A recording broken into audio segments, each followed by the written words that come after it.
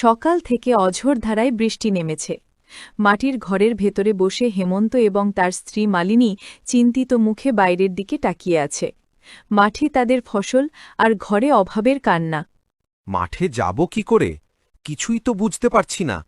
এইভাবে বৃষ্টি এলে যে ফসলের মাঠ সব জলে ডুবে যাবে।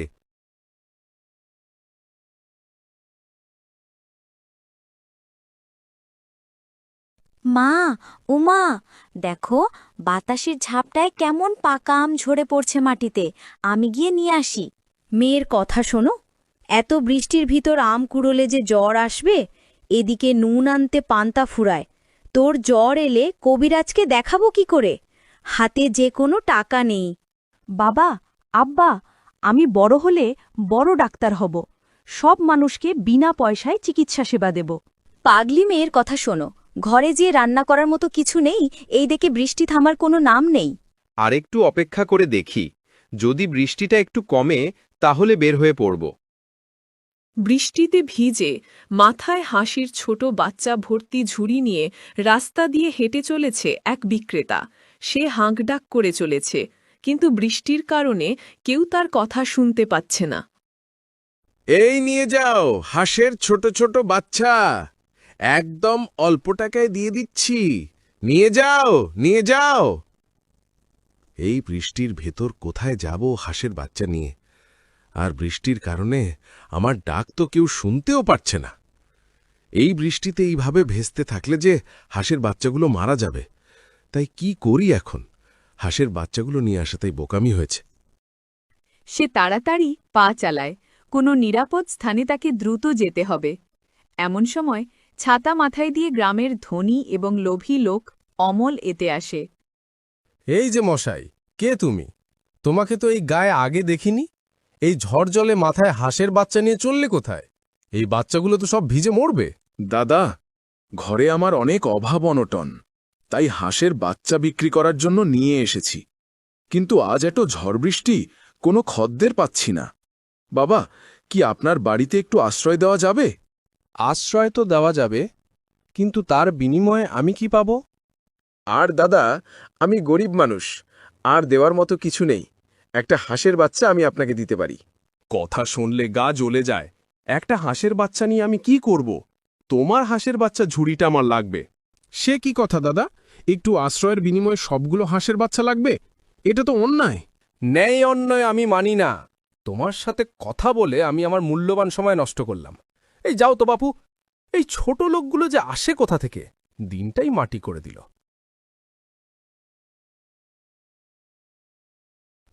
এই ঝাড়টা বুঝি আর হাঁসের বাচ্চাগুলোকে বাঁচাতে পারবো না। হাল ছেড়ে দিলে চলবে না। এই হাঁসগুলোই যে আমার সম্বল। হাঁসগুলো মারা গেলে যে আমি পথে বসব। আর দেখি সামনে যদি কোনো বাড়ি পাই।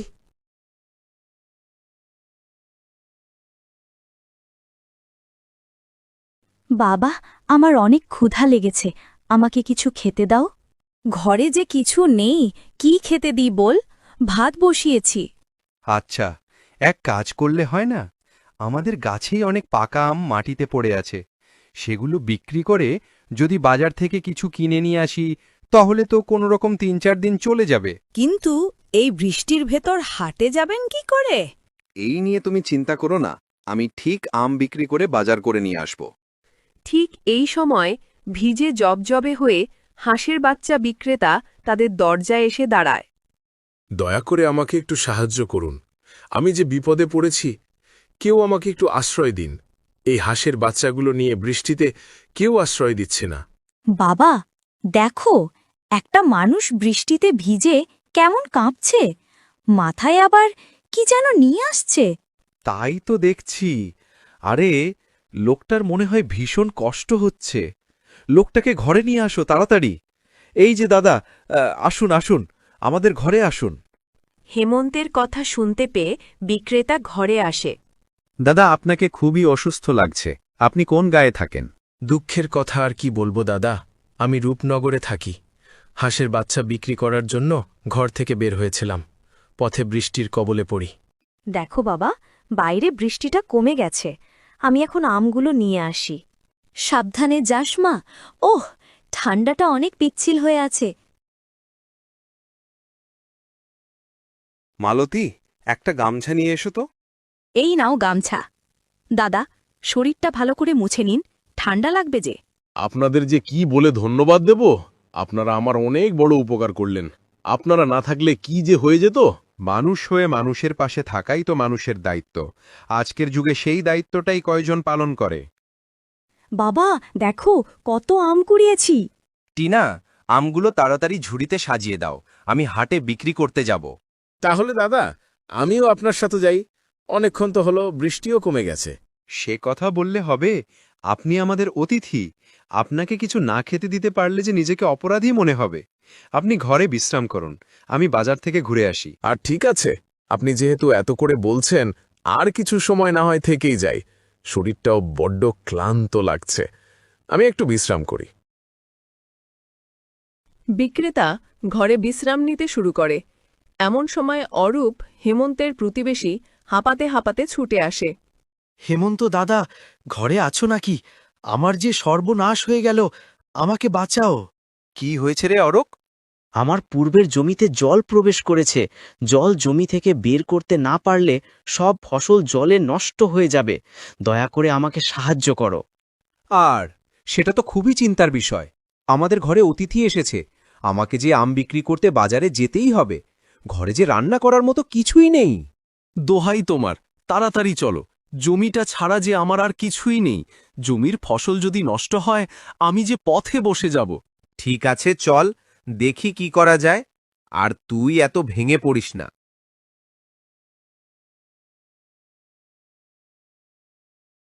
ঘরে যে রান্না করার মতো কিছু নেই। তোর বাবাও চলে গেল মাঠে, এখন লোকটাকে কি খেতে দিই? মা, তুমি কোনো চিন্তা করো না, আমি বাজারে আম বিক্রি করে বাজার করে নিয়ে আসছি।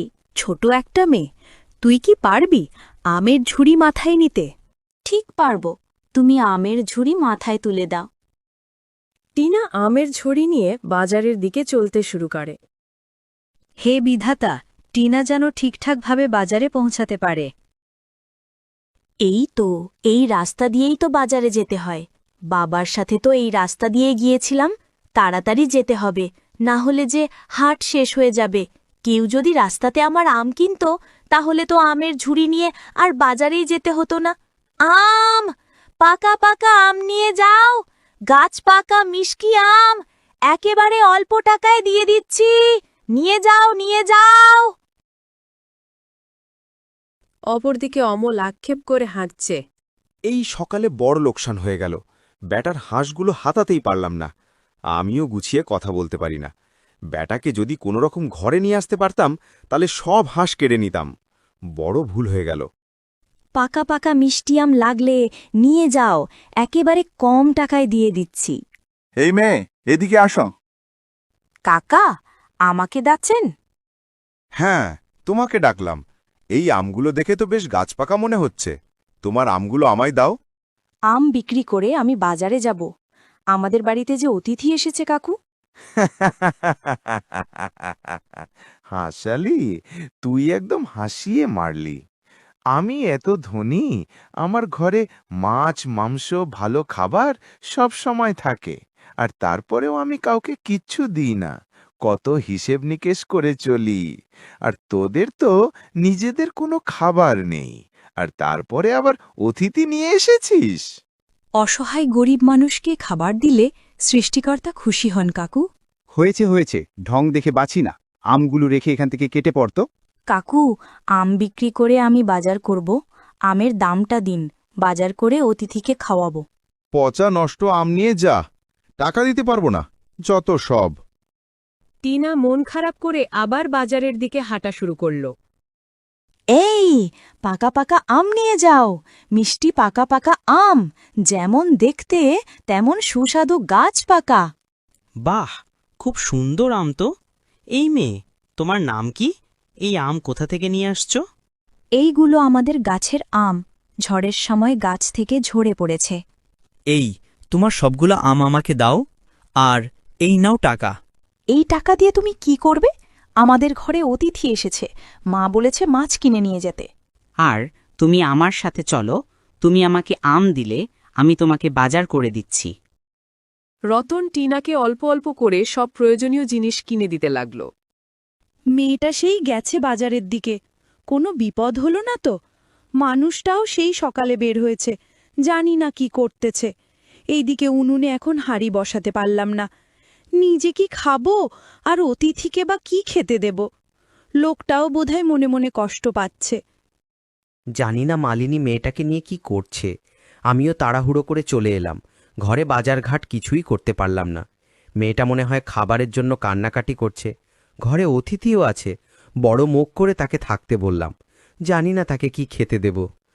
আবার একটু জোরে পা চালাই, পথ যেন শেষই হতে চাইছে না। আমি এসেছি। কি গো, এত দেরি হলো? ঘরে যে কিছু নেই সেটা তো তুমি ভালো করে জানো। এদিকে অতিথিকে ওই ঘরে বসতে দিয়েছি। আমাকে এখনই বাজারে যেতে হবে। এখন বাজারে গিয়ে কি হবে? এখন তো বাজার শেষ হয়ে গেছে। টিনা, মা কই? আর বলো না, তুমি যাওয়ার পর আমের হাড়ি নিয়ে সে বাজারে বিক্রি করতে গেছে, বাজার করবে বলে। কি বলছো মালিনী? এইটুকু মেয়েকে তুমি একা একা বাজারে যেতে দিলে? এদিকে সন্ধে এসেছে। হায় বিধাতা, এ তুমি কোন পরীক্ষায় ফেললে? বাবা, আমি ঝুড়ি ভর্তি করে বাজার নিয়ে চলে এসেছি। মাছ, ডাল, সবজি সবকিছু আছে। দেখো গো দেখো, মেয়ে আমার ঠিকই বাজার করে চলে এসেছে। মারে, তোকে আমি খুব কষ্ট দিয়ে ফেললাম, তাই না রে? না গো বাবা, আমার কোনো কষ্ট হয়নি। বাজারে এক কাকু আমার আমগুলো কিনে সব বাজার করে দিলেন, আর এগিয়েও দিয়ে গেলেন। তুই কত ভালো রে মা। ভালো, তাড়াতাড়ি উনুনে সবকিছু বসিয়ে দাও, আমি অতিথির সাথে একটু কথা বলি। বিক্রেতা ঘরে বিশ্রাম নিয়ে অনেক সুস্থ বোধ করছেন। শরীরের বাধাও দূর হয়ে গেছে। মানুষগুলো অনেক ভালো। কি এত নিজের মনে কথা বলছেন দাবা? বাবা, আপনি এসেছেন? আপনার কাজ শেষ হয়েছে? এদিকে সন্ধে হয়ে এসেছে। এবার জামাই ফিরতে হবে। সব কাজ শেষ হয়েছে, মালিনী রান্না বসিয়েছে, আর একটু অপেক্ষা করলেই হয়ে যাবে। তোমার মেয়েটাকে যে দেখতে পারছি না, ওই ডাকোটাকে, তার সাথে একটু কথা বলি। টিনা রান্নাঘরে তার মাকে সাহায্য করছে। ওহ, ভালো মেয়ে তোমার। আমার বাড়ির পাশের গায়ে। সময় পেলে একবার মেয়েকে নিয়ে ঘুরে এসো দাদা। কাজের চাপে কোথাও যাওয়া হয় না, সময় পেলে ঠিক যাব। দেখি রান্না কত দূর। আমার জন্য এত কষ্ট করার কি দরকার ছিল? সে কথা বললে হবে দাদা?